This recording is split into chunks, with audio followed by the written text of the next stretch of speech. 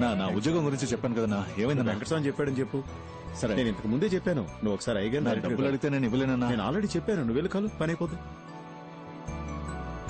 காசு இருக்கா மிஸ்டர் பாண்டியன்?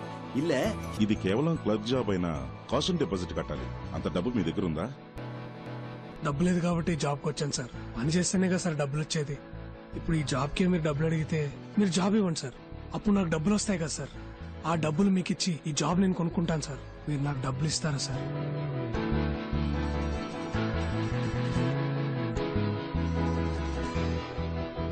నాకు ఈ ఉద్యోగం ఇస్తారా సార్? బాబు, నీకు కొంచెం నోటు దోల ఎక్కువగా ఉన్నట్టుంది. అది కొంచెం తగ్గించుకుంటే నీకు మంచి ఉద్యోగం దొరుకుతుంది. బాబు, నేను చెప్పేది జాగ్రత్తగా విను. ఇప్పుడు జరిగేది recruitment for sub inspector of police Tamil Nadu. ఇందులో మొత్తం వేకెన్సీస్ 1211.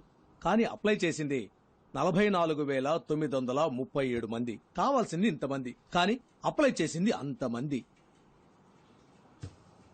ఇప్పుడు నేను ఓపెన్ గానే చెప్తాను. ఇప్పుడున్న 1211 సీట్లలో 300-400 సీట్లు మెరిట్ బేసిస్ లోనే పోతాయి. మిగిలింది పైనుంచి కింద వరకు రికమెండేషన్, మనీ, పొలిటికల్ ఇన్ఫ్లుయెన్స్ అది ఇదిని పోతాయి. అందులో 40 సీట్లు మాకుంటాయి. இப்பவும் 85 வரைக்கும் வாங்குறாங்க. சண்முகம் சொல்லி விட்டானால ఇప్పుడు 80 ఏమంటారు? எப்படி సార్, నాకిది 4th అటెంప్ట్ సార్. మొదటి 300లో ఉంటానో లేదో తెలియదు సార్, కానీ ఆ 1500లో నేను తప్పకుండా ఉంటాను సార్. అంతా కరెక్ట్ గా జరిగితే నాలాంటి వాళ్ళు గెలుస్తాం సార్, ఖచ్చితంగా గెలుస్తాం సార్. ఇక్కడంతా కరెక్ట్ గా ఉంటే ఎవరు కరెక్టో వాళ్ళే గెలుస్తారు సార్.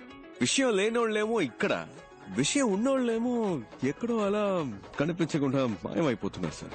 నువ్వు పోలీస్ కి ట్రై చేస్తున్నావా? పోలీస్ సార్, పోలీస్ అంటే అది మళ్ళీ రొటీనే కదా సార్. మంది ఇప్పుడు వేరే కొత్త ట్రాక్. మన ఫ్రెండే పోలీస్ అని పాపం పిచ్చిగా ఉన్నాడు సార్. ఒక ఇంటర్వ్యూకి వెళ్తున్నాం సార్, ఏదో తప్పు చేస్తున్నాం, ఏదో మిస్ అయ్యాం. అప్పుడు ఆ జాబ్ రాకపోతే ఓకే, కానీ కరెక్ట్ గా పర్ఫార్మ్ చేసి క్వాలిఫికేషన్ ఉండి అప్పుడు ఆ ఉద్యోగం రాకపోతే ఇంటికెళ్ళి అద్దం ముందు నిలబడినప్పుడు మన ఏంటి, మనకేం తక్కువ, మన బతుకేంటి ఏంటో బుర్ర పంచేది పిచ్చెక్కుతుంది సార్. అలా పిచ్చెక్కకుండా ఉండాలంటే 75 రెడీ చేయమని చెప్తున్నా. అప్పుడు ఇంటికెళ్ళి అద్దం చూసుకోండి, బ్రైట్ గా ఉంటుంది సార్. ఆ 75 లోనే క్యాష్ కొంచెం తగ్గుతుంది సార్. How much? ఒక 74 అంతే సార్. అడ్జస్ట్ అవుతారా సార్? ఆ 1000 కూడా బయట ఒకతను, అతని పేరేంటి, కలవడానికి వచ్చేటప్పుడు బయట ఒకరు తీసుకున్నారు సార్. నా టైం వేస్ట్ చేయకండి. ఈ రోజు నా బర్త్డే. అరే సార్, పుట్టినరోజు శుభాకాంక్షలు sir. Many more happiness of the day. 30 complete అయిందా సార్? బయటికి పోండి. సార్ సారీ ఇచ్చేస్తాం సార్, ఇచ్చేద్దాం సార్. లేదు సార్, వాడికి ఇవ్వడం పాపం అలవాట్లేదు సార్. నేను ఇస్తాను సార్. అదేదో త్వరగా ఇచ్చేసా సార్, నేను ఇస్తాను రా. రిజల్ట్ రానిరా, వాడితో బయటే మాట్లాడి పంపించుండొచ్చు కదే. ఎందుకు లోపలికి రానిచ్చావు? ఏంట్రా చూసే వాళ్ళు ఏమనుకుంటారు? నీతోనే మాట్లాడుతున్నానే, ఎందుకు ఇంకో మగాడు ఇంట్లోకి రావాలని అడుగుతున్నా? మగాడంటే కష్టపడి సంపాదించి ఆ డబ్బుతో పెళ్ళాన్ని పోషించాలి. అసలు నేను ఎలా బతుకుతున్నానో తెలుసా? చిరిగిన చీర కట్టుకొని. ఒక్కరోజైనా అడిగావా ఇదేంటని? నువ్వేమైనా కొని చచ్చావా? కొనలేదుగా. అనుమానాలు మాత్రం బానే పడుతున్నావు. ఇంకా పోలీస్ అవ్వలేదుగా. పోలీస్ అయినప్పుడు అడుగు, అప్పుడు నేను చెప్తాను. వీడి దగ్గర అప్పు తీసుకున్నాను, వీడికి వడ్డీ కడుతున్నాను, అవన్నీ వసూలు చేయడానికే నట్టింట్లో అడుగు పెట్టారని ధైర్యంగా చెప్తాను. పెద్ద పోటుగాళ్లాగా అలా ఉండు ఇలా ఉండని చెప్పొచ్చాడు. అయితే పోలీసే అవుతారంట, లేకపోతే ఏ పని చేయడంట. ఏంటి బావ, నాకు ఈ ఉద్యోగం రాలేదంటే చచ్చిపోతాను రా. లేదంటే ఈ లోకంలో ప్రతి ఒక్కటికి పోయేలోగా చేయాల్సిన పనంటూ ఒకటి పోరదుకు నడి చెయ్యవండి వేలను నరుకు. దాన్ని మనం వదిలేసిన అదే మనల్ని వెతుక్కుంటూ వస్తుంది. నువ్వు పోలీస్ ఆఫీసర్వే, మన సిబిఐయే. రేపు నీకు రిజల్ట్, నాకు ఇంటర్వ్యూ, ఈ రెండు సక్సెస్. ఓకే, రావిలా నడుచుట కదరా. పొద్దున్నే అన్ని పనులు చేయాలంటే చిరాగ్గా ఉందిరా అబ్బాయి. టైం నా చాలా షర్ట్ నలిగినా పర్లేదు, మీ షర్ట్ నలగకూడదు. నువ్వు సూపర్ నాన్న. అయిందా? బండి తీసుకురా నాన్న. బానే ఉన్నారు, పదండి. అబ్బా మెల్లగా. చిన్నప్పటి నుంచి ఎలా అయినా సరే సిబిఐ ఆఫీసర్ అవ్వాలన్నది నీ కళ. మీ నాన్న ప్యూన్ గా పనిచేసే ఆఫీసులో నువ్వు ఆఫీసర్ అవ్వాలన్నది నా ఆశ. కానీ మా ఆఫీసులో ఉత్తమ్ దాస్ అని ఒక మడత కజగాడు ఉన్నాడు. ఉత్తమ్ దాస్, సిబిఐ మీ ఇంటిని రేడ్ చేయడానికి వచ్చాం. Please cooperate. అనవసరంగా డిస్టర్బ్ చేయరు సార్. ఏంటి? సార్ మనం మాట్లాడి తెలుసుకుందాం. ఓ 5 మినిట్స్ లోపల ఉండండి. పరశురామ్ డోర్ క్లోజ్ చేయి. సార్ మీ దగ్గర దాచడానికి ఏం లేదు. ఈ ఇంట్లో ఎక్కడ పడితే అక్కడ డబ్బు ఉంది. మనం మాట్లాడి తెలుసుకుందాం సార్. ఏదైనా ఇక్కడే మాట్లాడుకుందాం. Okay sir. వీటిల్లో 10 లక్షల దాకా క్యాష్ ఉంది. తీసుకొని వెళ్ళిపోండి సార్. పరశురామ్, ఈ 2 బ్యాగులు తీసుకెళ్లి ఇంట్లో పెట్టు. బ్యాక్ డోర్ జాగ్రత్త, ఎవరు చూడకూడదు. ఏంటి ఏంటలా చూస్తున్నావు? నన్ను పట్టించాలని చూస్తున్నావా? సార్ పట్టించాలని ట్రై చేయకు. జాగ్రత్తగా తీసుకెళ్లి ఇంట్లో పెట్టు. ఇంట్లో నీకు వాటా ఉందిలే. హలో. ఇంటికి వెళ్ళాను, మనసు ఒప్పుకోలేదు, నిద్ర పట్టలేదు. పై ఆఫీసర్ కంప్లైంట్ రాశాను. దాన్ని ఈ మడత కాజా గడికి ఆ పోతరిక గడి చూపించేశాడు. ఆ నిమిషం నుంచి వీడు నా మీద కత్తిగట్టాడు. ఆ కోపం నీ మీద ఖచ్చితంగా చూపిస్తాడు. ఏదో రకంగా నువ్వు మేనేజ్ చేసుకుని నేను పనిచేసే ఆఫీస్కి ఎలాగైనా నువ్వు ఆఫీసర్గా రావాలరా. తప్పకుండా జరుగుతుంది నాన్న. ఏంటి బీజీ తిలక్క? గంగాధర్ తిలక్ గొప్ప దేశభక్తుడు. Please take your seat. Thank you sir. మీ నాన్న ఆశపట్టం వల్ల ఈ ఉద్యోగం చెయ్యాలనుకుంటున్నారా? మన తినే ప్రతి మెతుకు మీద మన పేరు రాసుంటుందని అంటారు. అలాగే ఏ చైర్ మీదైనా దానికోసం పుట్టిన వాళ్ల పేరు ఉంటుందని నేనంటాను. నా కోసం ఒక చైర్ ఈ ఆఫీస్లోనే ఎక్కడో ఉంటుందని నేను మా నాన్న నమ్ముతున్నా. సిబిఐ అంటే ఎన్నో డిపార్ట్మెంట్లున్నాయి. అందులో మీరు ఏ డిపార్ట్మెంట్ ని ప్రిఫర్ చేస్తున్నారు? Economic offences. ఎందుకు? పార్టీ పెట్టాల్సింది డెడ్ బాడీనే కానీ డబ్బుని కాదు. ఆ డబ్బంతా తవ్వి బయటకు తీస్తే మన దేశంలో ఉన్న ప్రాబ్లమ్స్ అన్నిటినీ ఈ కల్లా పీకి పారేయొచ్చు. ఏంటి పీకే గలమా? Hello sir. Morning sir.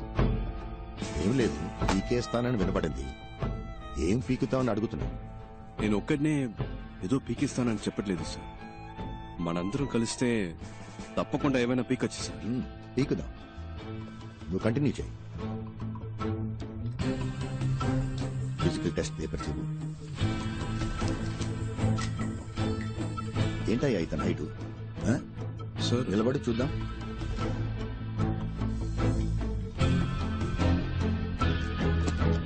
Straight గా నించో, స్టిఫ్ గా నించో. ఏంటి సార్, ఓకేనా? Is qualified sir. కూర్చో.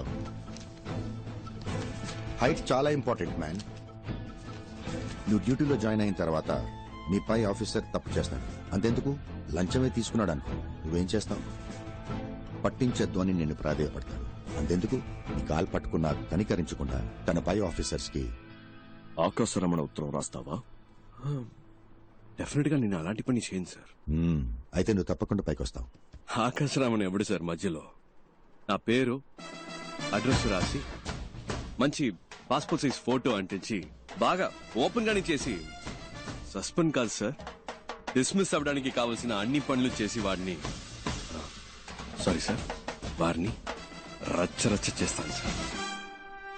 రాజకీయ నాయకుల ఇళ్లలో మిమ్మల్ని రైడ్ చేయమంటే మీరు ధైర్యంగా రైడ్ చేస్తారా? తప్పకుండా చేస్తాను సార్.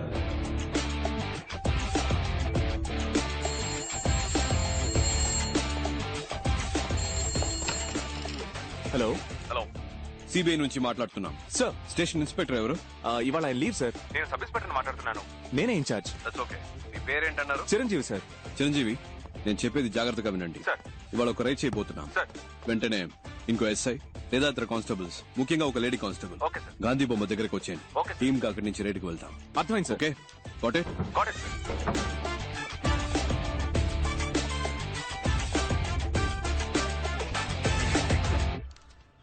మేడం, టైం అయింది. మీరు బాగా టెన్షన్ గా ఉన్నట్టున్నారు. నన్ను లీడ్ చేయమంటారా? మినిస్టర్ ఇల్లు కనుక భయపడుతున్నారా? భయపడాల్సింది వాళ్ళు, మనం కాదు. మనసులో భయం పెట్టుకుని ఇలాంటి పనులన్నీ చేయలేం. స్టేషన్ లో చెప్పేశారా? చెప్పండి మేడం. ఇన్స్పెక్టర్ లేడు, ఎస్ఐ ఉన్నాడు. పేరేంటి? చిరంజీవి. వెహికల్స్ చెప్పేశారా? Yes madam. మన team ready. K P, yes I'm ready. Ekaveera, yes I'm Ekaveera here. అందరు రెడీయా? Yes sir. Ready madam. పదండి.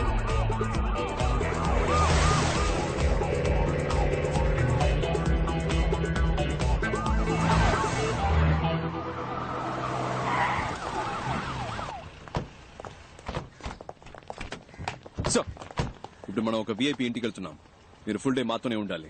ఎవరింట్లో రేట్ చేయబోతున్నామో తెలుసుకోవచ్చా? Just follow the orders. Yes madam. Warrant. So నీ పేరేంటి? మంగతాయారు సార్. క్యాబ్ సరిగా పెట్టుకోండి. డిపార్ట్మెంట్ లో ఉంటాం. All right, let's not waste time, let's go. Yes sir. Sir